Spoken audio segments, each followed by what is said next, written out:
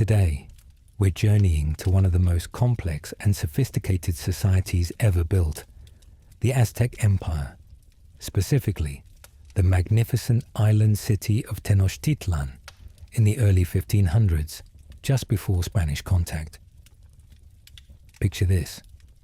You've somehow found yourself transported back in time to the heart of Mesoamerica, standing on the shores of Lake Texcoco, gazing at a city that would make even modern urban planners weep with envy.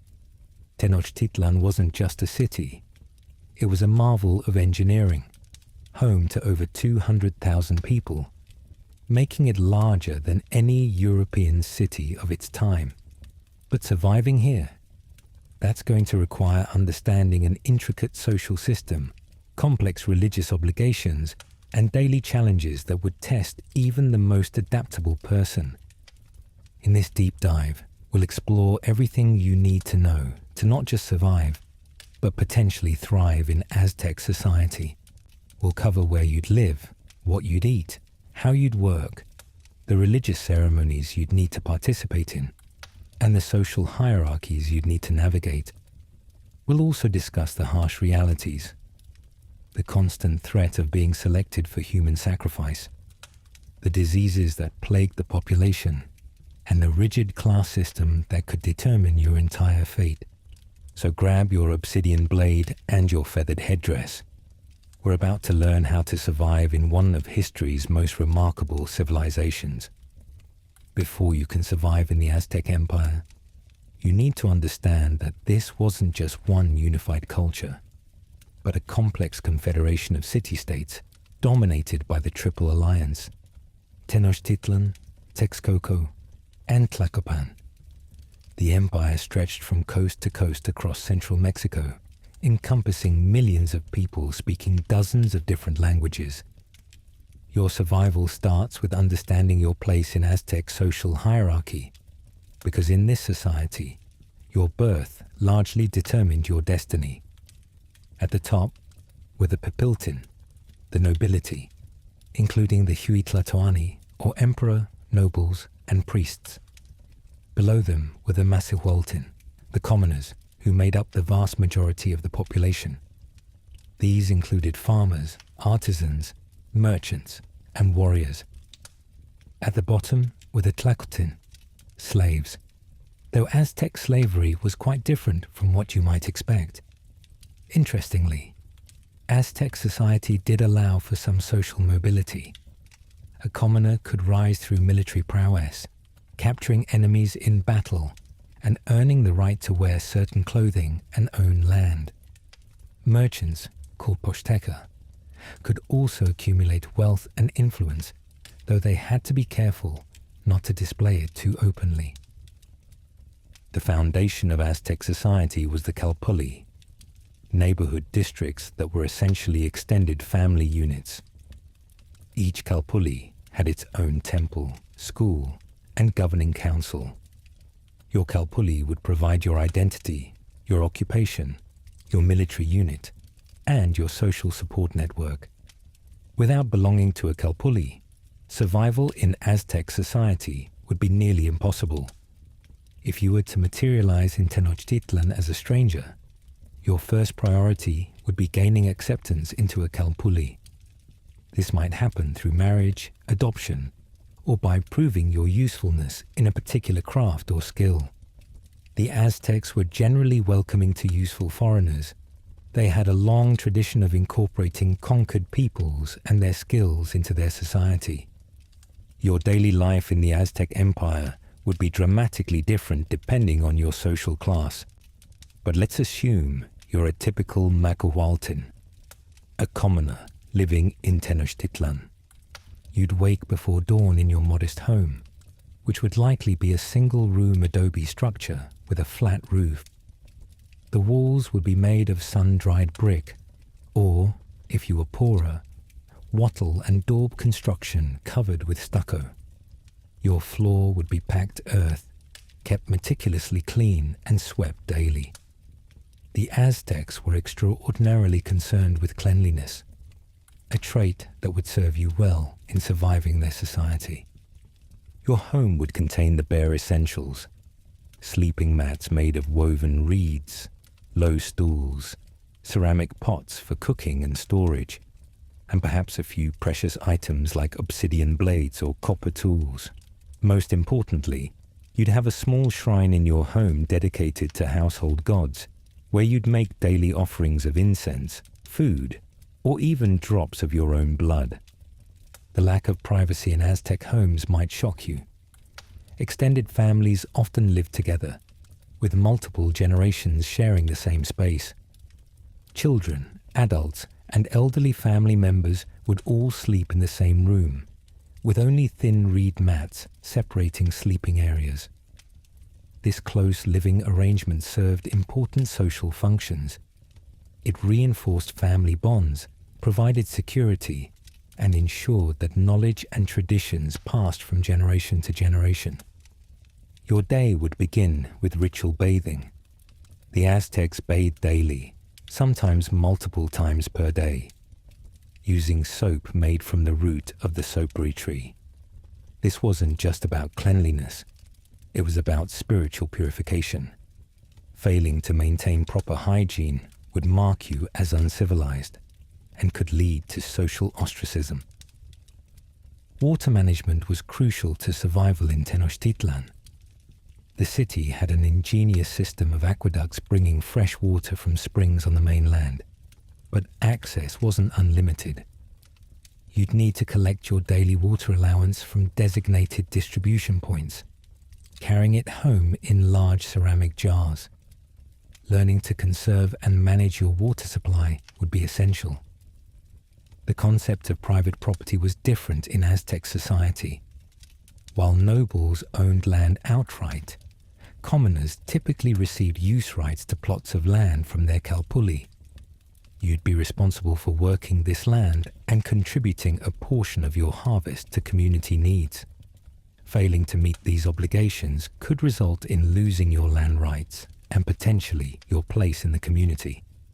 Surviving in the Aztec Empire meant mastering a diet that was both nutritionally sophisticated and surprisingly limited by modern standards. Your survival would depend on understanding the seasonal availability of foods and the complex trade networks that brought exotic ingredients to Tenochtitlan's markets. The foundation of your diet would be the three sisters: maize, beans, and squash. Maize wasn't just food. It was sacred, the substance from which the gods created humanity according to Aztec mythology. You'd consume it in dozens of forms: tortillas, tamales, atole, a warm drink, and pozole, hominy soup. Learning to prepare maize properly was crucial. The Aztecs used a process called nixtamalization, treating dried corn with lime water to increase its nutritional value and prevent diseases like pellagra. Beans provided essential protein, while squash offered vitamins and healthy fats from its seeds.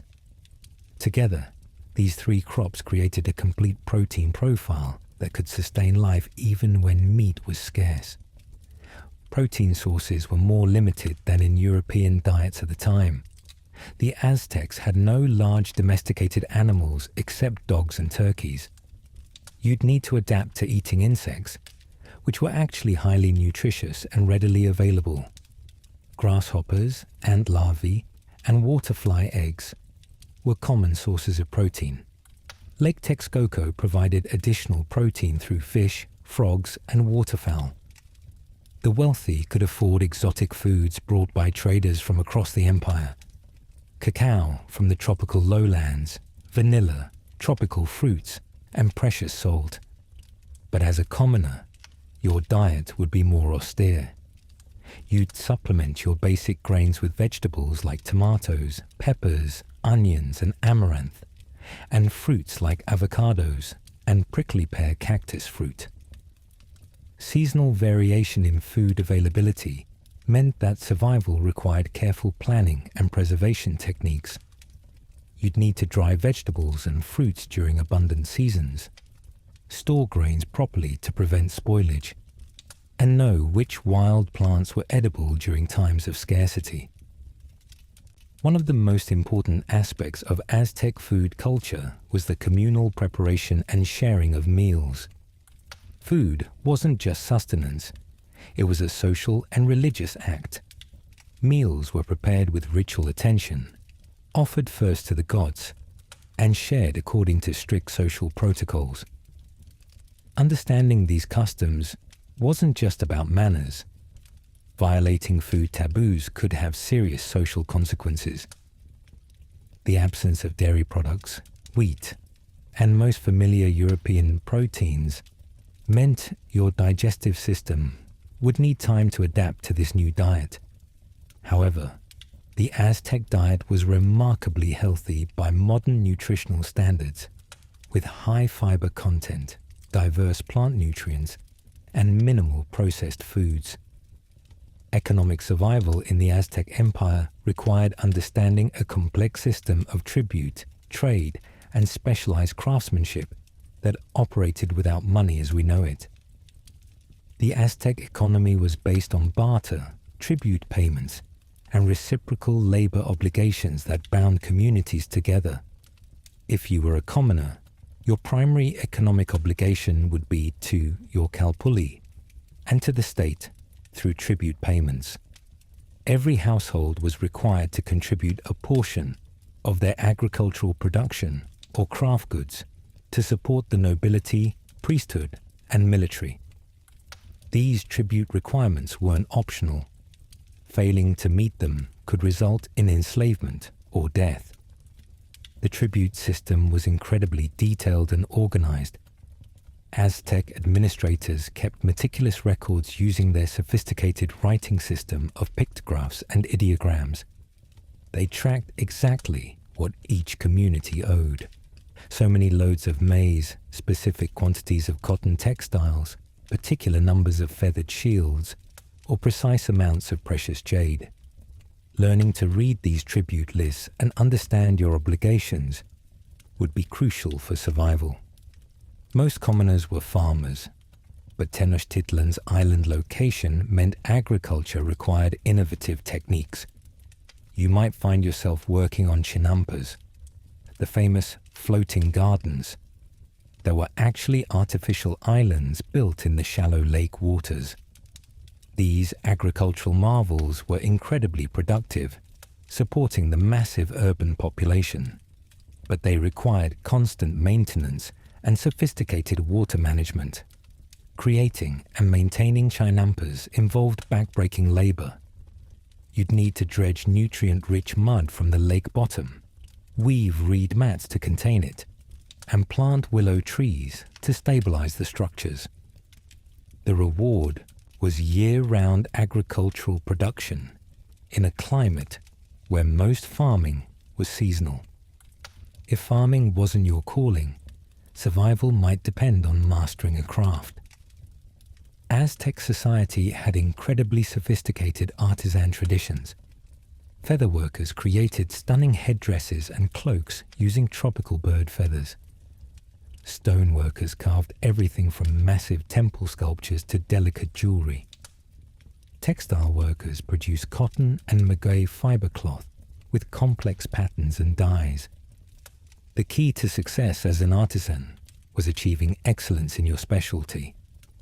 Aztec consumers valued quality over quantity, and the finest craftsmen could earn comfortable livings and even social recognition. However, most craft secrets were closely guarded within families and guilds. Breaking into an established craft tradition as an outsider would require finding a master willing to teach you, often through marriage or formal apprenticeship arrangements. Trade offered another path to economic survival. The Pochteca merchants traveled vast distances, bringing luxury goods from across Mesoamerica to Tenochtitlan's markets. But becoming a merchant required substantial initial capital and the willingness to face significant dangers. Merchants often served as spies for the empire, and they could be killed if discovered in hostile territories. The great market of Tlatelolco, connected to Tenochtitlan by a causeway, was one of the largest markets in the world. Here, You could trade local products for goods from as far away as Central America. Understanding market values and seasonal fluctuations in prices would be essential. Cacao beans served as a standard of value for small transactions, while larger trades might involve textiles, precious stones, or exotic feathers. Perhaps nothing would be more crucial to your survival in the Aztec Empire than understanding and participating in the complex religious system that permeated every aspect of daily life. Religion wasn't something you practiced once a week. It was a constant presence that determined when you worked, what you ate, how you behaved, and potentially when you died. The Aztec pantheon included hundreds of deities, each governing different aspects of life and nature. As a survivor, you'd need to learn the major gods and their requirements. Huitzilopochtli, the god of war and the sun, was the patron deity of Tenochtitlan. Quetzalcoatl, the feathered serpent, governed wind and learning. Tlaloc controlled rain and agriculture. Coatlicue was the Earth Mother goddess. Each had specific ceremonies, taboos, and offerings required for their favor. Your daily religious obligations would begin before dawn with personal prayers and offerings at your household shrine. You'd burn copal incense, offer drops of your own blood by piercing your earlobes or tongue with maguey thorns, and present food offerings to the gods. These weren't optional practices. Neighbors and community leaders would notice if you neglected your religious duties. The Aztec calendar system controlled the rhythm of religious life. They used two interlocking calendars, the 260-day ritual calendar and the 365-day solar calendar. These created a complex cycle of ceremonies and festivals that occurred throughout the year. Learning this calendar system would be essential, as missing important ceremonies could mark you as impious or foreign.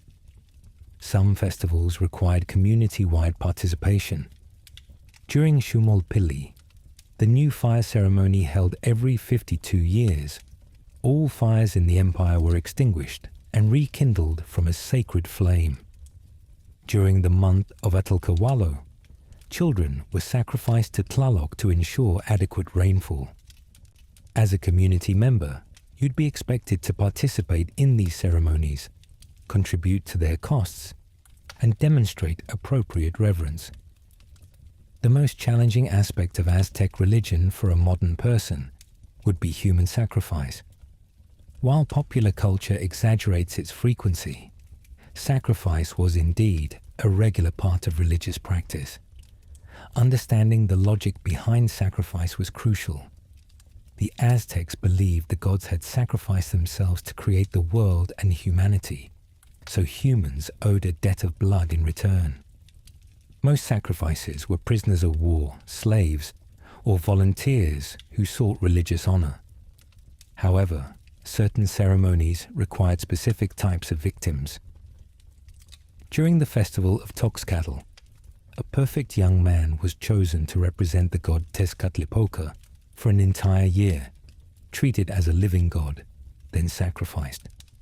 Children were sometimes sacrificed to rain gods. The threat of being selected for sacrifice was real, though statistically small for most people. Your survival strategy regarding sacrifice would be complex. Showing excessive fear or resistance to religious ceremonies could mark you as a coward or impious person. However, demonstrating too much enthusiasm for sacrifice could also be dangerous. Some people volunteered for sacrifice as a way to achieve religious glory, but this was seen as appropriate only under specific circumstances. Priests held enormous power in Aztec society, and maintaining good relationships with them was crucial for survival. They controlled access to education, medical knowledge, and legal proceedings. However, the priesthood wasn't a closed caste. Talented individuals could join priestly schools and rise through religious hierarchies. For someone seeking to establish themselves in Aztec society, the priesthood offered one path to security and influence. In the Aztec Empire, warfare wasn't just the business of professional soldiers, it was a civic duty that every able-bodied man was expected to fulfill. Your survival would depend on understanding military obligations and, if you were male, developing combat skills that could keep you alive on the battlefield. Aztec warfare had goals quite different from European military campaigns. Rather than seeking to kill as many enemies as possible, Aztec warriors aimed to capture opponents alive for sacrifice and tribute. This meant that battlefield tactics emphasized subduing rather than slaughtering enemies, which required different fighting skills and strategies. Every Kalpuli was required to provide warriors for military campaigns. If you were a commoner, you'd receive basic military training starting in childhood at the Telpochkali, the neighborhood school. This training included weapons use, battlefield tactics, physical conditioning, and the all-important art of taking prisoners. Aztec weapons were sophisticated despite being made without metal. Your primary weapons would be the macuahuitl, a wooden sword embedded with sharp obsidian blades that could cut deeper than steel, and the atlatl, a spear thrower that dramatically increased the range and power of projectiles.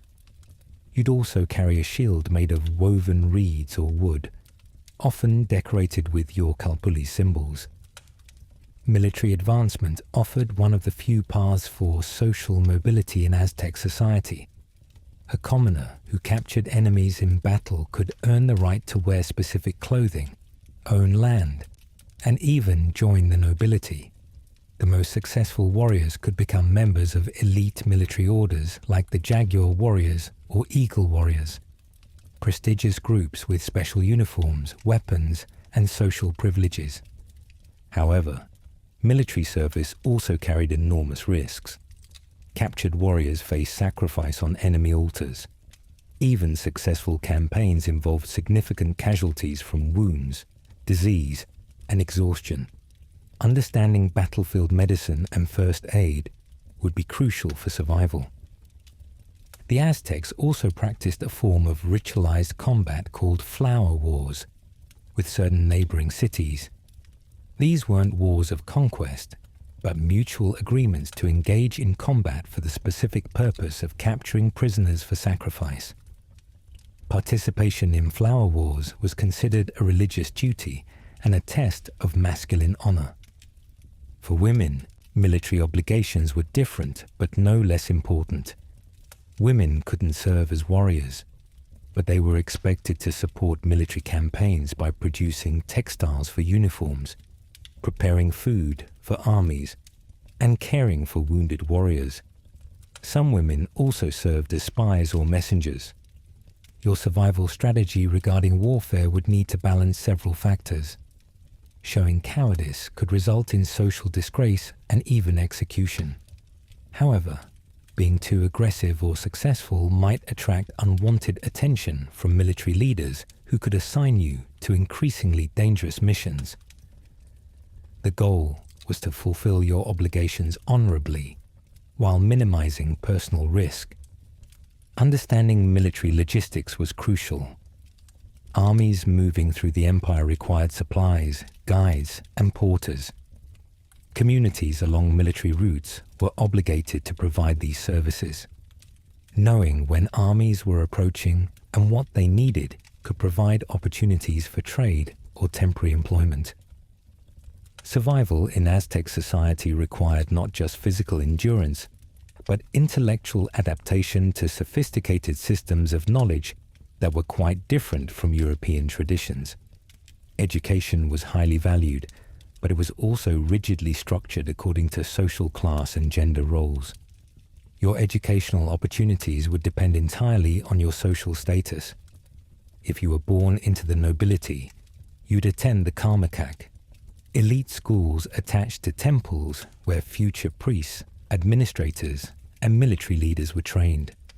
Here, you'd learn to read and write using the Aztec pictographic system, study astronomy and mathematics, memorize historical chronicles and religious texts, and develop skills in rhetoric and philosophy.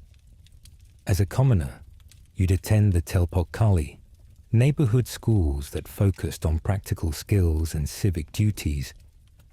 Boys learned basic military training, agricultural techniques, construction skills, and the fundamentals of Aztec history and religion.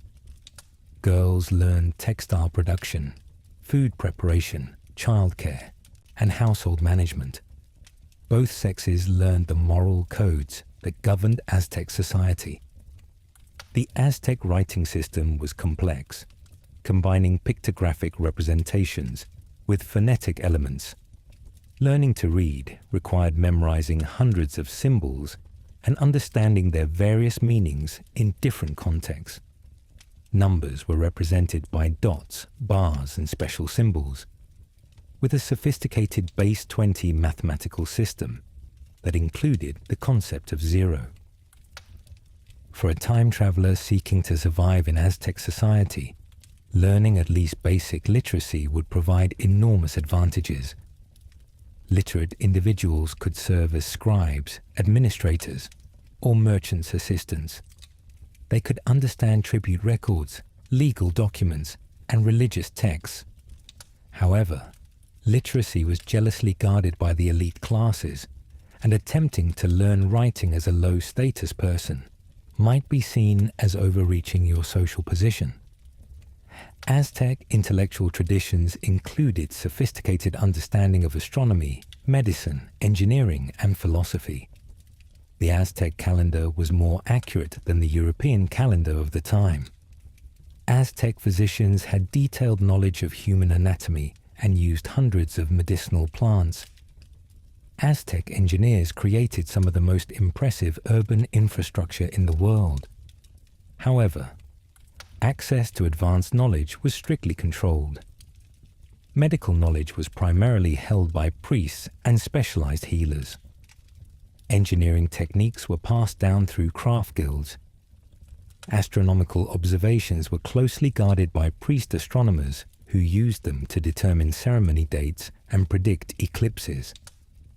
Your survival strategy regarding education would involve finding ways to acquire useful knowledge without threatening established hierarchies. Learning a practical skill like basic healing, mathematics for trade, or construction techniques could provide economic opportunities. However, showing too much curiosity about elite knowledge could attract suspicion. The oral tradition was as important as written knowledge in Aztec society. Historical accounts, religious myths, legal precedents, and technical knowledge were preserved through memorization and recitation. Developing a good memory and learning to recite important texts accurately would mark you as educated and trustworthy. Women's education was more limited, but still significant. Elite women could become priestesses with access to religious knowledge. Common women learned complex textile techniques that required mathematical understanding of patterns and proportions. Some women became midwives or healers with specialized medical knowledge. Medical survival in the Aztec Empire would require adapting to a sophisticated but very different healthcare system, while also confronting diseases and health challenges that could be fatal without proper knowledge and preparation. Aztec medicine combined empirical knowledge of medicinal plants with spiritual healing practices. The Aztecs had identified and catalogued hundreds of medicinal plants, many of which are still used in modern medicine. However, their medical theory was based on concepts of hot and cold balance, spiritual causes of illness, and the influence of gods and supernatural forces on health. Your first challenge would be understanding Aztec concepts of illness and treatment. They believed many diseases were caused by spiritual imbalances, sins against the gods, or supernatural attacks by witches or angry spirits. Treatment often involved not just herbal remedies, but ritual cleansing, confession of sins, and offerings to appropriate deities. Common health problems you'd face included gastrointestinal diseases from contaminated water, respiratory infections in the crowded urban environment, skin conditions from poor hygiene, and injuries from the physical demands of daily labor. The Aztecs had effective treatments for many of these conditions, but accessing proper medical care required understanding their system. Aztec physicians, called Ticatl, underwent years of training in medicinal plants, surgical techniques, and ritual healing. They could set broken bones, perform minor surgery, treat wounds, and deliver babies. However, they were also priests who emphasized the spiritual aspects of healing. Building relationships with local healers would be crucial for survival, but it would require respecting their religious approach to medicine. Medicinal plants formed the backbone of Aztec healthcare. You'd need to learn to identify and prepare remedies from plants like willow bark for pain relief, morning glory seeds for purging, various herbs for digestive problems, and poultices for wound treatment. However, many effective plants were also dangerous if used incorrectly, so proper training was essential. Mental health was understood differently in Aztec society. What we might call depression or anxiety were often attributed to soul loss or spiritual attack. Treatment involved ritual cleansing, confession, and sometimes dramatic ceremonial healing. Understanding these concepts would be important if you experience psychological difficulties adapting to Aztec life.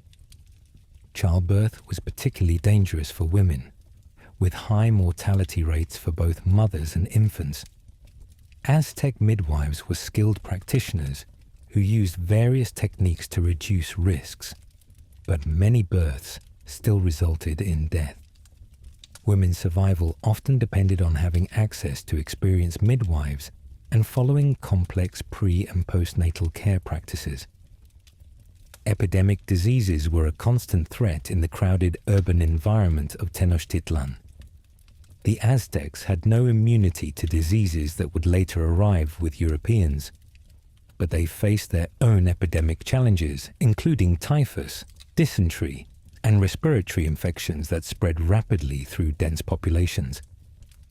Surgical knowledge was surprisingly advanced. Aztec physicians could perform trephination, drilling holes in skulls to relieve pressure, set complex bone fractures, and remove cataracts from eyes. They used obsidian blades, which are actually sharper than modern steel scalpels, for precise surgical cuts. Your survival strategy for health would involve learning basic medicinal plant identification, maintaining the rigorous hygiene standards expected in Aztec society, building relationships with local healers, and understanding the spiritual dimensions of health and illness. Showing disrespect for Aztec medical traditions could cut you off from essential healthcare.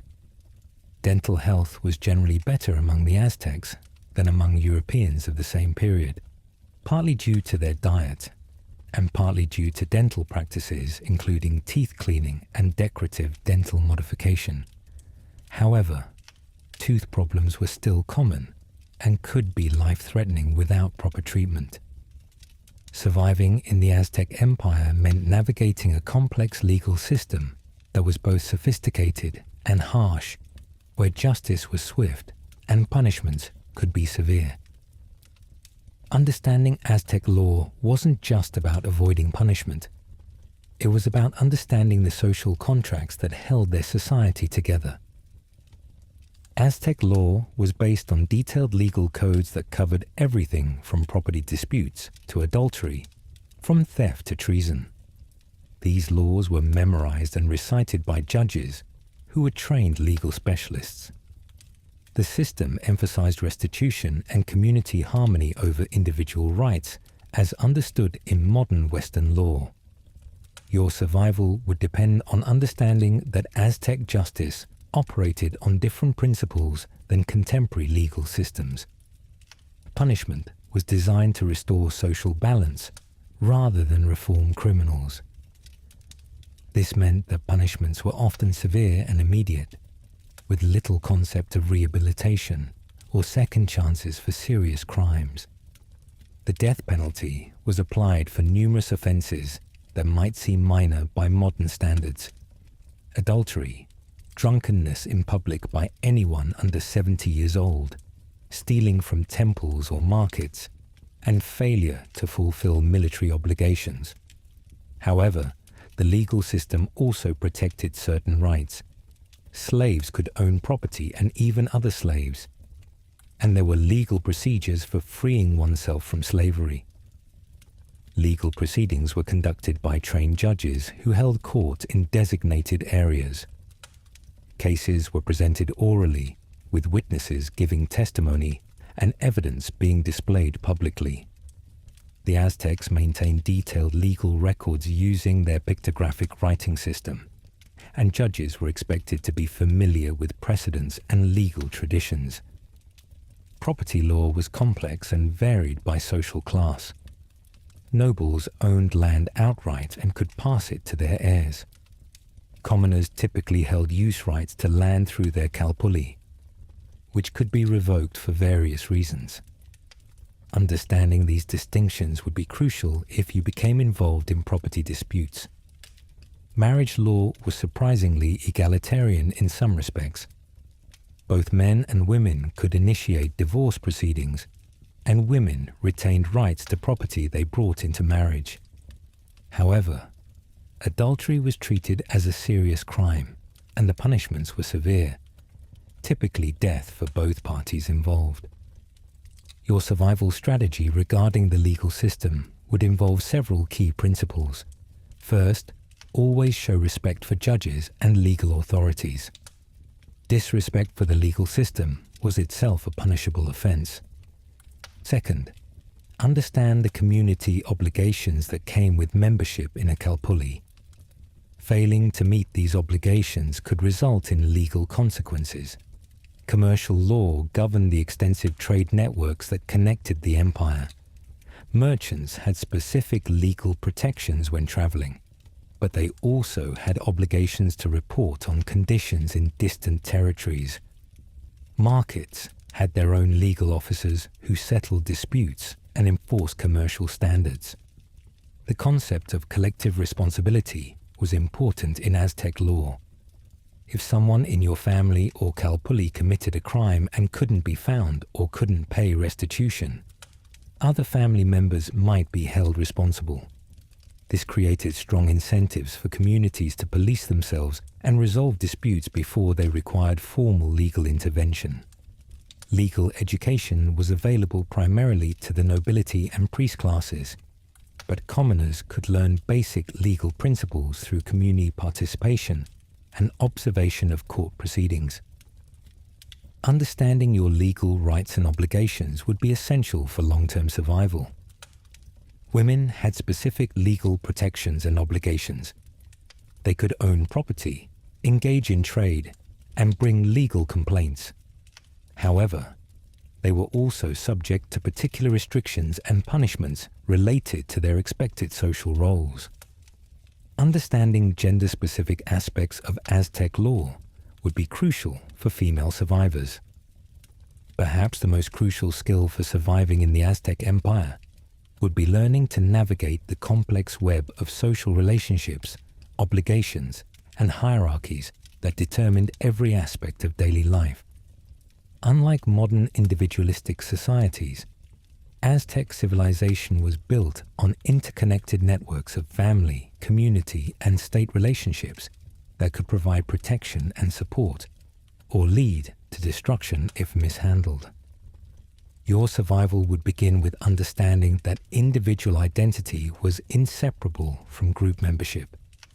Without belonging to a family, kalpuli, an occupational group, you would literally have no place in society. Your first priority as a newcomer would be finding ways to integrate into these social networks. Marriage was one of the most important pathways to social integration.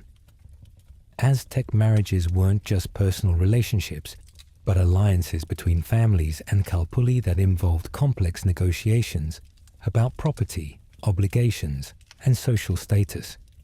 Even as an outsider, demonstrating useful skills or knowledge might make you an attractive marriage partner for families seeking to improve their position. Understanding the intricate etiquette of Aztec social interaction would be essential. Society was highly stratified, with specific behaviors required when interacting with people of different social ranks. Speaking directly to nobles without permission could be seen as insolent. Failing to show proper respect to elders could mark you as uncivilized. Even simple actions like how you sat, walked, or held your hands conveyed social messages. The concept of reciprocity governed most social relationships. If someone provided you with help, food, or opportunities, you were expected to reciprocate in appropriate ways. Keeping mental accounts of social debts and credits would be crucial for maintaining relationships and building social capital. Your kalpuli would serve as your primary social safety net, but membership came with significant obligations. You'd be expected to participate in community labor projects, contribute to religious ceremonies, support community members in times of need, and potentially provide military service. Failing to meet these obligations could result in social ostracism or even expulsion from the community. Reputation was everything in Aztec society. News of your behavior, reliability, and character would spread quickly through social networks.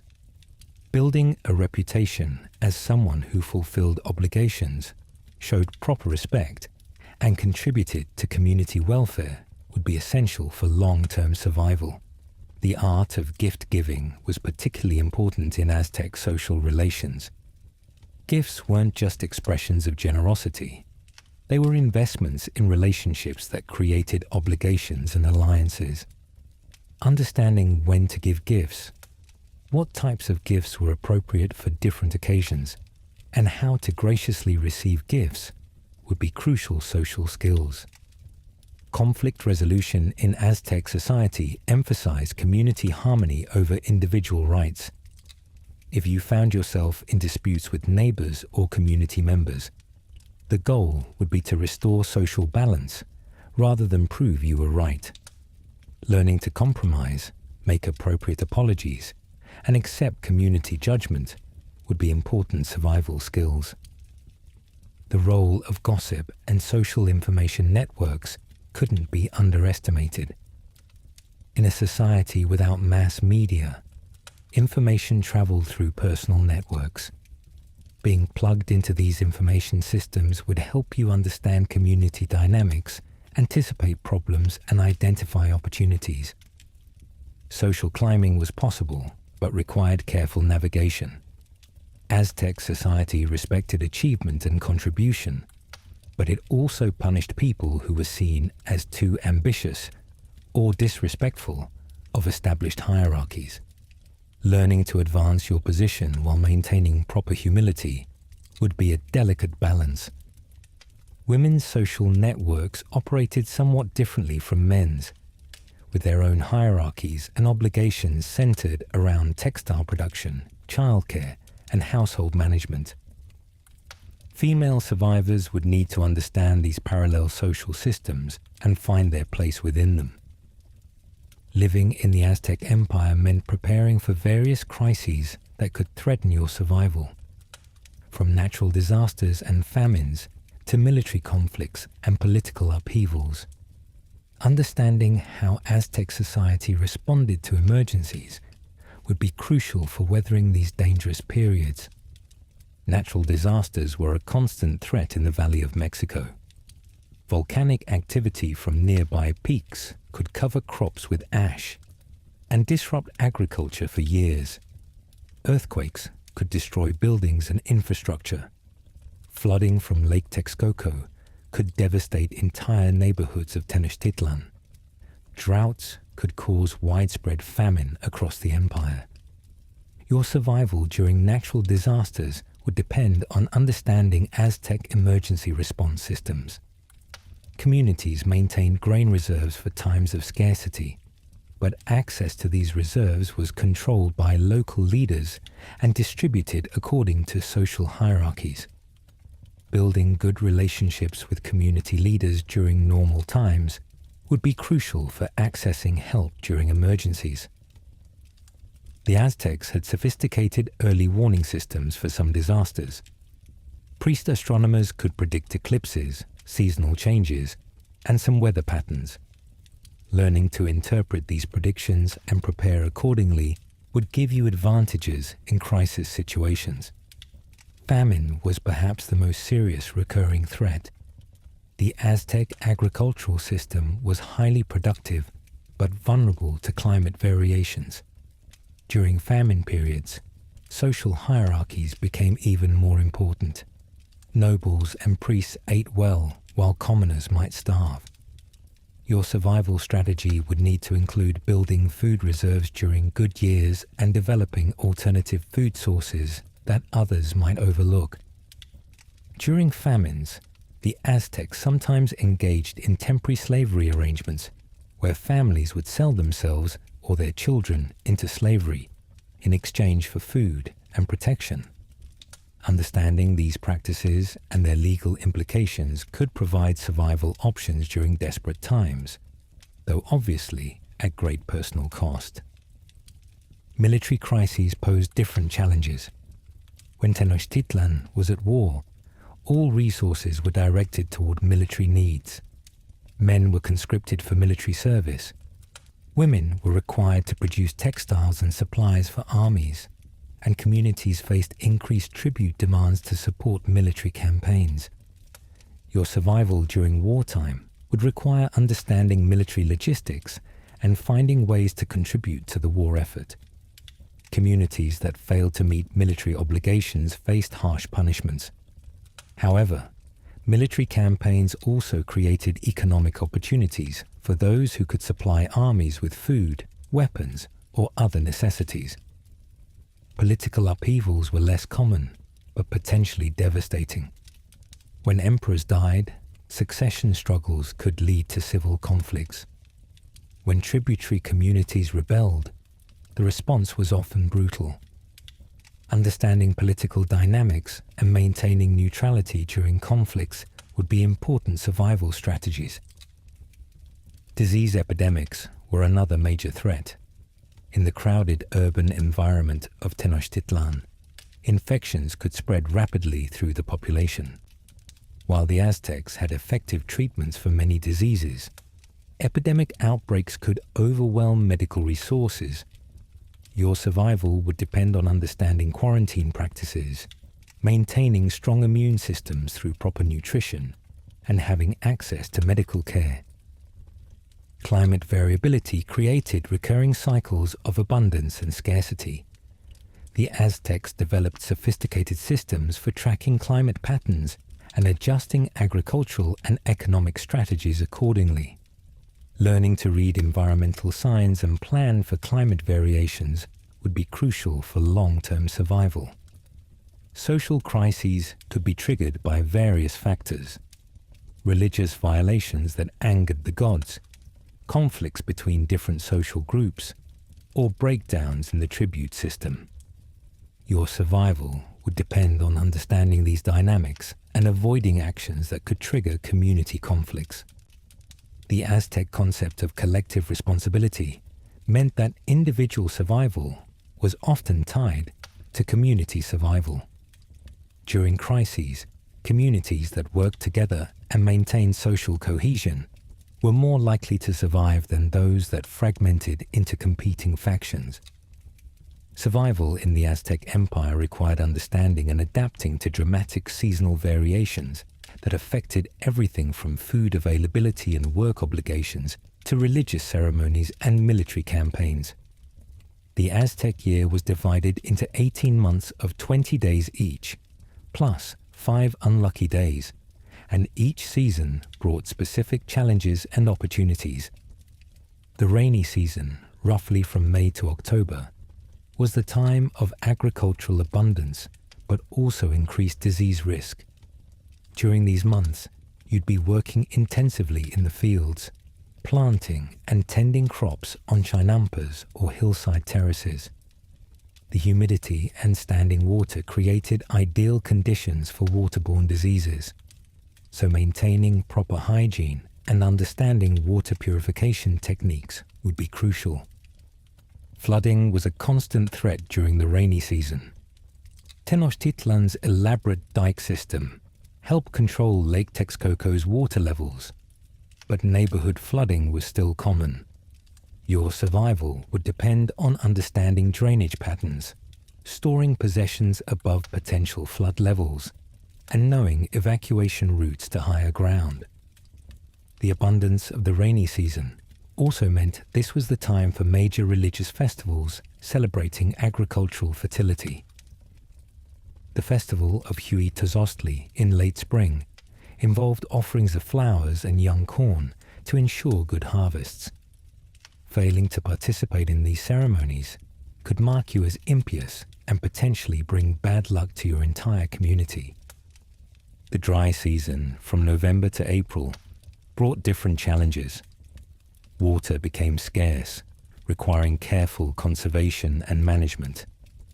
Dust storms could make breathing difficult and contaminate food supplies. However, this was also the season for major military campaigns, as armies could move more easily on dry roads. During the dry season, your diet would shift toward preserved food stored from the harvest season. Understanding food preservation techniques, drying corn and vegetables, storing beans in sealed containers, making jerky from available meat, would be essential for surviving the months when fresh food was scarce. The coldest months, December through February, required additional survival strategies. While the climate wasn't as harsh as northern regions, nighttime temperatures could drop significantly. Your adobe house would provide limited insulation, so you'd need warm clothing and bedding. The Aztecs used cotton and maguey fiber textiles, layered for warmth. Fuel for heating and cooking became precious during cold months. The Aztecs burned wood, charcoal, and sometimes dried corn cobs for fuel. Competition for fuel sources could become intense, especially in densely populated areas of Tenochtitlan. Understanding sustainable fuel gathering and conservation would be important for survival. The transition seasons brought their own challenges. Spring meant preparing fields for planting, repairing damage from winter storms, and participating in renewal ceremonies. Fall required intensive harvest work, food preservation activities, and preparation for the dry months ahead. Each season also brought different market opportunities. During harvest season, agricultural products were abundant but cheap. During scarcity periods, stored foods commanded higher prices.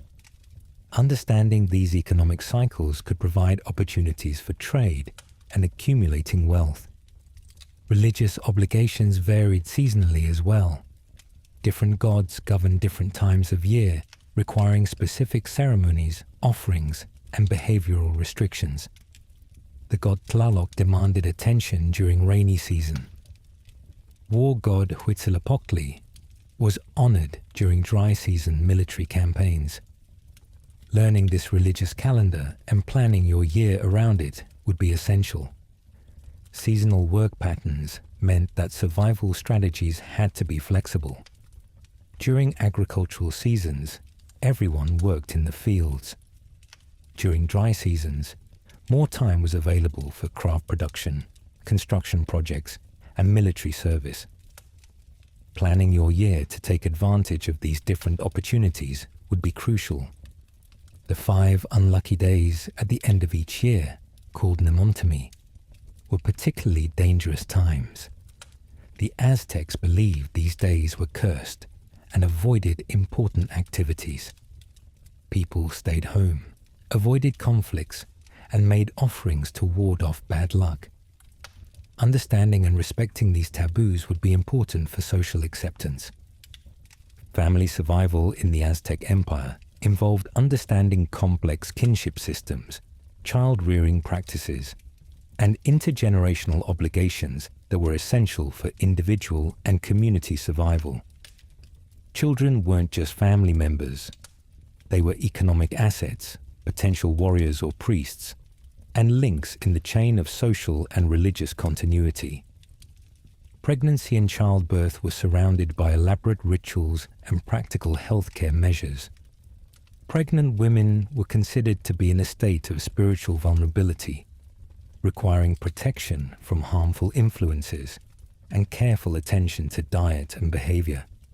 If you were a woman, understanding these practices would be literally a matter of life and death, as maternal mortality was high. Aztec midwives were skilled practitioners who combined medical knowledge with spiritual guidance. They could identify problematic pregnancies, assist in difficult births, and provide postpartum care. Building relationships with experienced midwives would be crucial for female survival, as they also served as women's general healthcare providers. Newborn children faced significant survival challenges. Infant mortality was high due to diseases, birth complications, and environmental hazards. The Aztecs had developed various practices to improve infant survival rates, including ritual cleansing, careful attention to nutrition, and protective ceremonies. The naming ceremony, held when a child was several days old, was crucial for establishing the child's place in society. The name chosen would reflect the day of birth according to the ritual calendar, family traditions, and hopes for the child's future.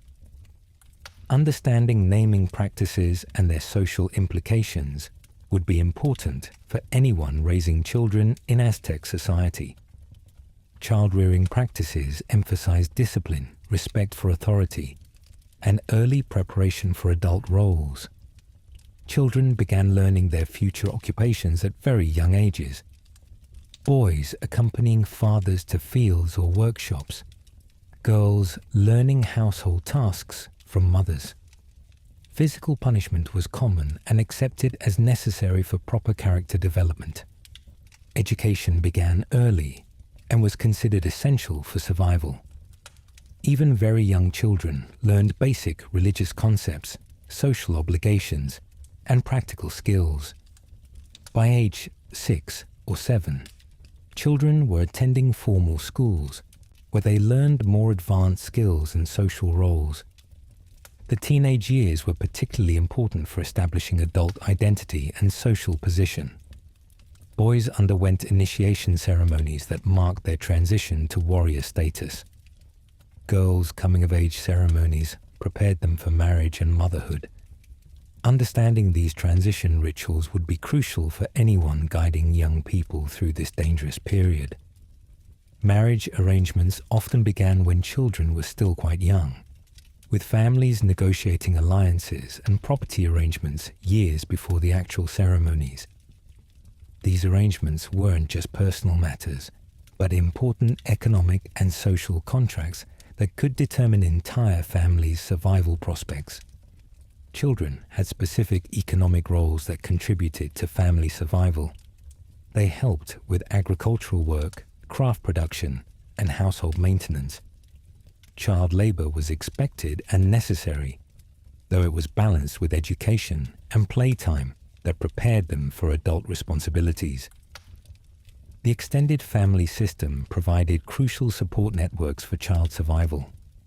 Grandparents, aunts, uncles, and cousins all had roles in child rearing, education, and protection. These networks could provide alternative support if parents died or became unable to care for their children. Adoption was common and socially accepted, providing mechanisms for caring for orphan children and allowing childless couples to continue family lines. Understanding adoption practices and their legal implications would be important for anyone dealing with family disruptions or seeking to establish kinship connections. Children's health required constant attention and specific knowledge.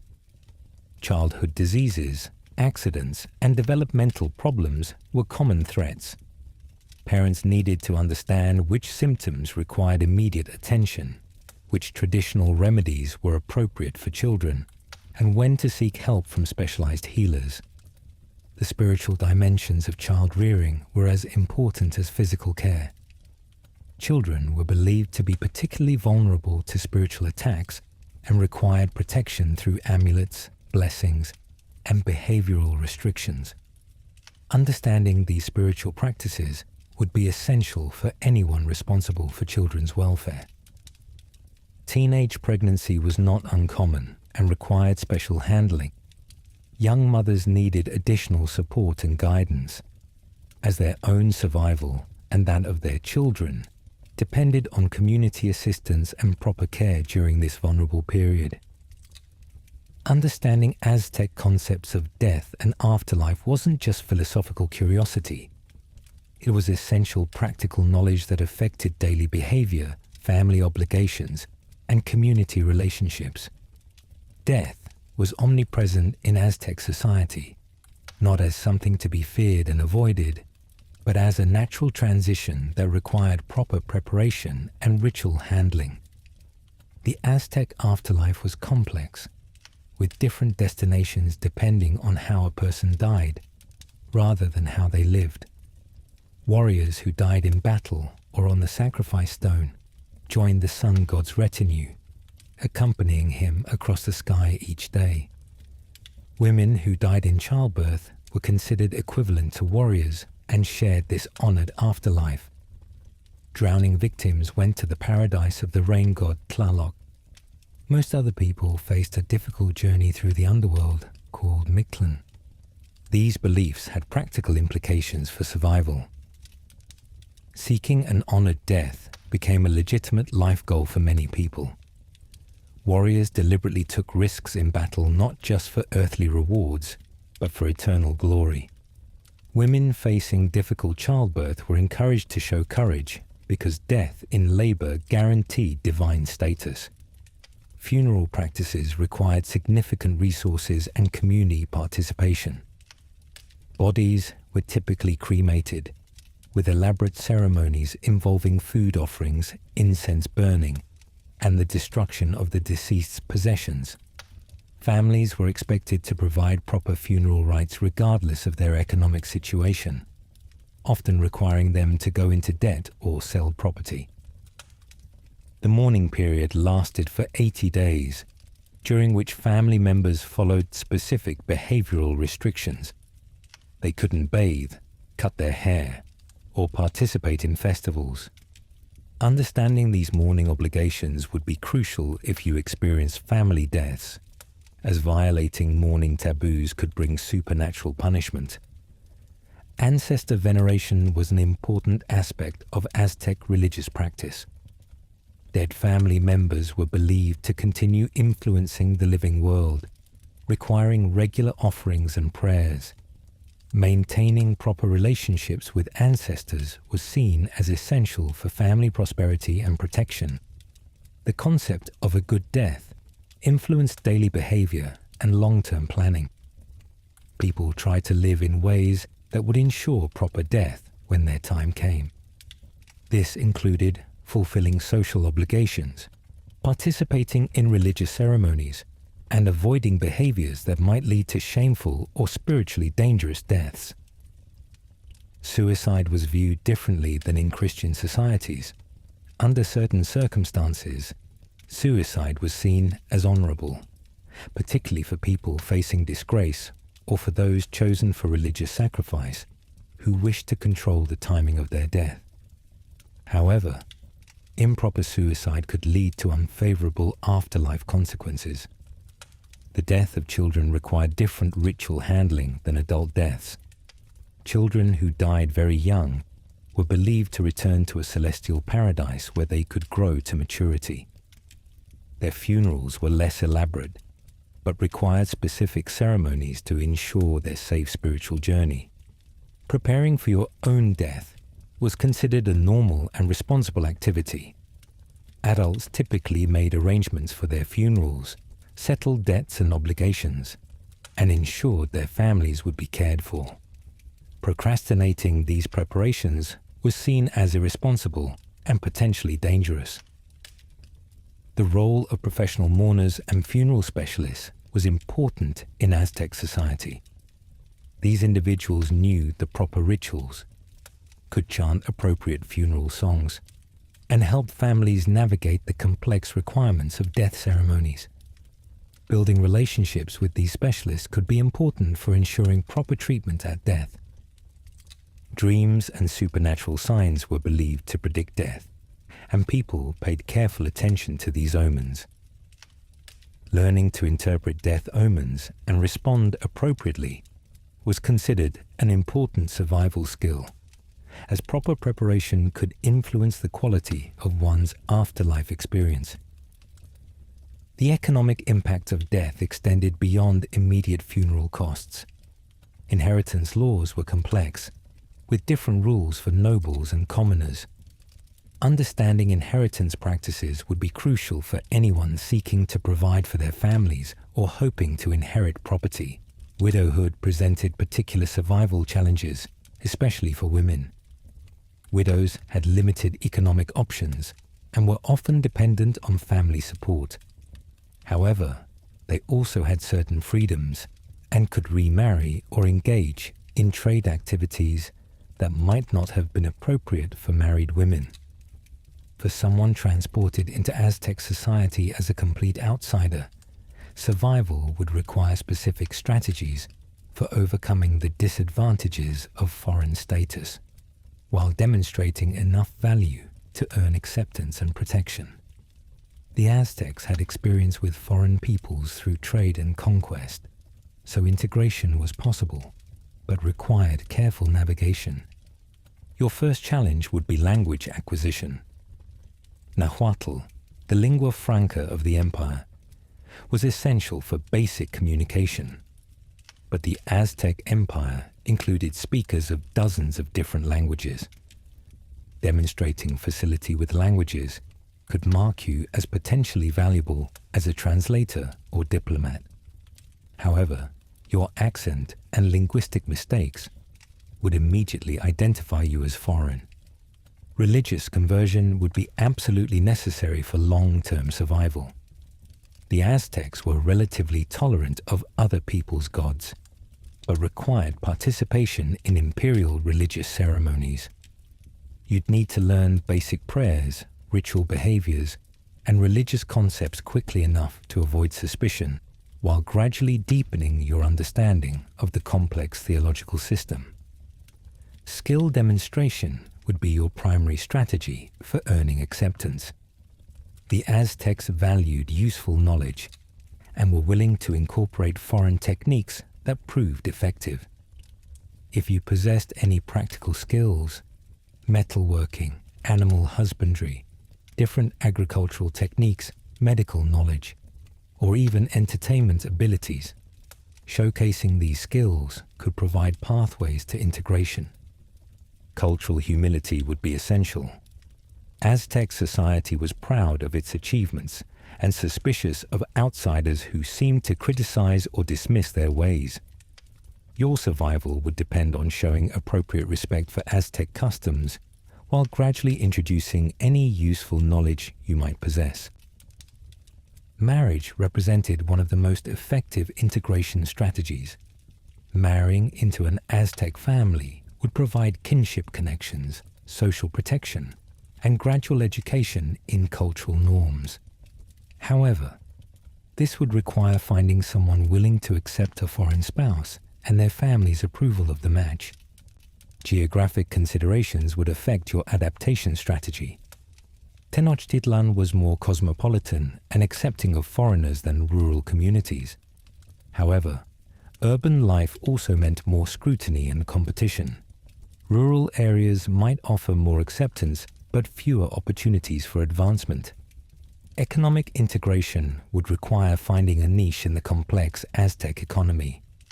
As an outsider, you might face discrimination in established crafts or trades. However, you might also identify unmet needs or opportunities that locals overlooked. The key would be finding ways to contribute value without threatening established interests. Legal vulnerability would be a constant concern. As a foreigner without established family connections, you'd have fewer protections under Aztec law. Understanding legal procedures and building relationships with people who could advocate for you would be crucial for avoiding serious legal problems. Military service could provide a pathway to acceptance and advancement. The Aztecs respected military prowess and were willing to incorporate successful foreign warriors into their ranks. However, this would require adapting to Aztec military tactics and proving your loyalty through combat performance. Educational opportunities would be limited but crucial. Learning to read and write Aztec pictographs would provide significant advantages. Understanding historical and religious knowledge would help you participate more fully in cultural conversations. However, accessing education as an adult outsider would require finding teachers willing to work with you. Children's integration would be different from adult adaptation. If you had children, their acceptance into Aztec society would likely be easier than your own. However, you'd need to balance maintaining your own cultural identity with ensuring your children could succeed in Aztec society. Documentation and record keeping would be important for establishing your place in society. The Aztecs kept detailed records of tribute obligations, legal proceedings, and social relationships. Getting your name properly recorded in community registers would be essential for long-term security. Regional variation within the empire meant that adaptation strategies might need to be adjusted based on local conditions. Different regions had different economic opportunities, social structures, and cultural practices. Understanding these variations could help you choose the most favorable location for integration attempts.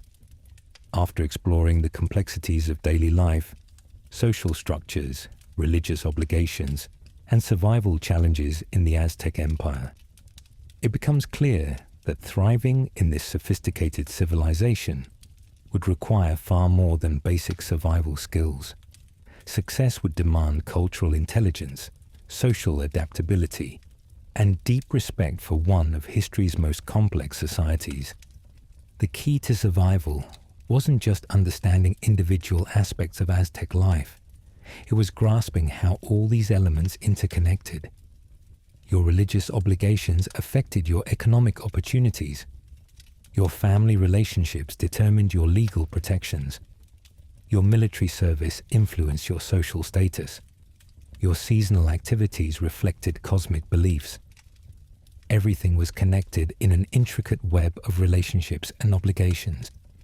Physical survival, finding food, shelter, and protection from disease, was just the foundation. Long-term thriving required mastering the social and cultural dimensions that gave meaning to Aztec life. This meant developing genuine appreciation for Aztec achievements, rather than merely tolerating foreign customs. The Aztec Empire represented one of humanity's great civilizations, with innovations in urban planning, agriculture, education, and governance that wouldn't be matched in Europe for centuries. Their mathematical and astronomical knowledge was sophisticated. Their art and architecture were stunning. Their social organization supported millions of people in complex urban environments. Yet survival also meant accepting harsh realities that would challenge modern sensibilities.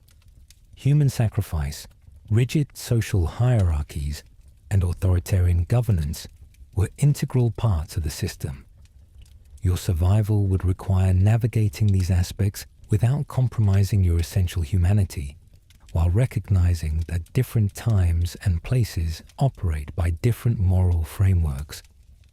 The greatest survival lesson from studying Aztec civilization might be the importance of cultural adaptability.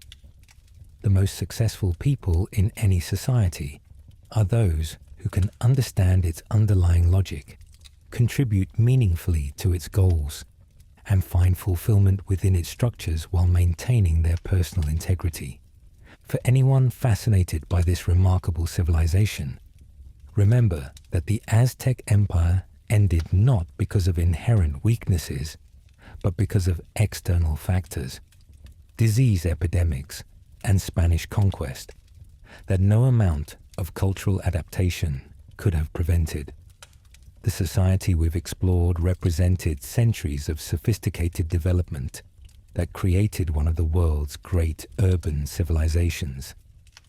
Understanding Aztec survival challenges also provides perspective on our own time.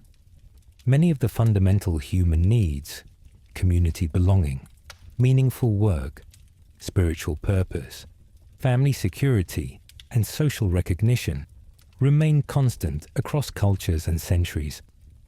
The specific methods for meeting these needs vary dramatically, but the underlying human motivations remain remarkably consistent. The Aztec Empire offers profound lessons about human adaptability, social organization, and the possibilities for creating complex civilizations based on different philosophical foundations than our own.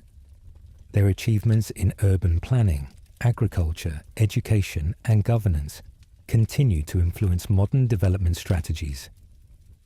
If you found this exploration of Aztec survival fascinating, you might enjoy our other episodes exploring daily life in ancient civilizations. Next week, we'll be examining survival strategies in medieval Japan during the Heian period, where court culture, Buddhism, and warrior traditions created entirely different challenges and opportunities. Remember to subscribe for more historical survival guides, and let us know in the comments which civilization you'd like us to explore next. Understanding how people lived, worked, and thrived in different times and places helps us appreciate both human diversity and the common threads that connect all human experience. The Aztec Empire reminds us that there are many ways to organize human society, many definitions of success and meaning, and many paths to creating lasting civilizations. Their story ended tragically, but their achievements continue to inspire and educate us about the remarkable possibilities of human creativity and social organization. Thank you for joining me on this journey to the heart of the Aztec Empire. Until next time, keep exploring the fascinating complexity of human history and the eternal challenge of survival and thriving in whatever time and place we find ourselves.